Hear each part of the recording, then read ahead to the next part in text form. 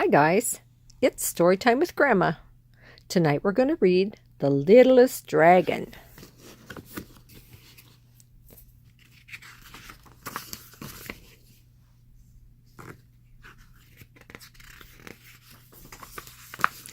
Long ago, when dragons roamed the earth, Mrs. Dragon sat waiting for her eggs to hatch.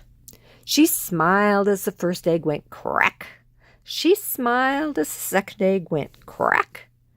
But when the third egg went crack, Mrs. Dragon gasped. Out popped the littlest dragon she had ever seen.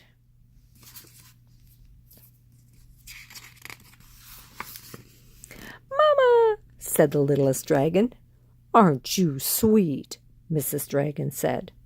"Dragons aren't sweet," snorted Mr. Dragon. "They're big and strong." But the littlest dragon didn't grow big and strong. His legs were too short to run fast.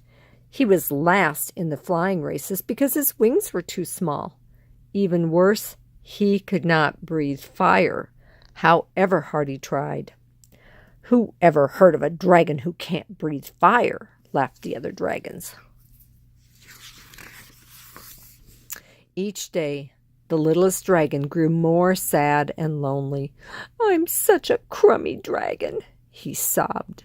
Little bird fluttered down from her tree. "I will help you find a way to breathe fire," she said. "How can you help?" sniffed the littlest dragon. "You're not a dragon." "I can be your friend," little bird replied. Then winter came. Mr. and Mrs. Dragon had colds. The littlest dragon's brothers had colds. And when dragons have colds, they can't breathe fire. And without their fire, dragons can't keep warm. "I will find someone to light our fire," said the littlest dragon, and off he went. The littlest dragon ran to every house in the valley, but every dragon in the valley had a cold, and every fire had gone out. All the dragons were freezing. "Please help us," they croaked. "If only I could breathe fire," cried the littlest dragon. Suddenly, little bird had an idea. She plucked a feather from her wing and tickled the end of the littlest dragon's nose. The littlest dragon's nose began to itch. The littlest dragon's nose began to twitch. It itched and it twitched, and then 2 fireballs shot out of his nostrils. "I breathed fire!" yelled the littlest dragon.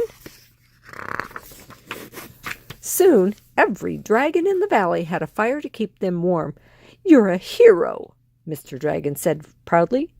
"I could have never done it without Little Bird," the littlest dragon replied. He looked at the feather and smiled. He might never win running or flying races, but he could breathe fire. And with Little Bird as his friend, he would never be lonely again. And that is the end of the story of The Littlest Dragon.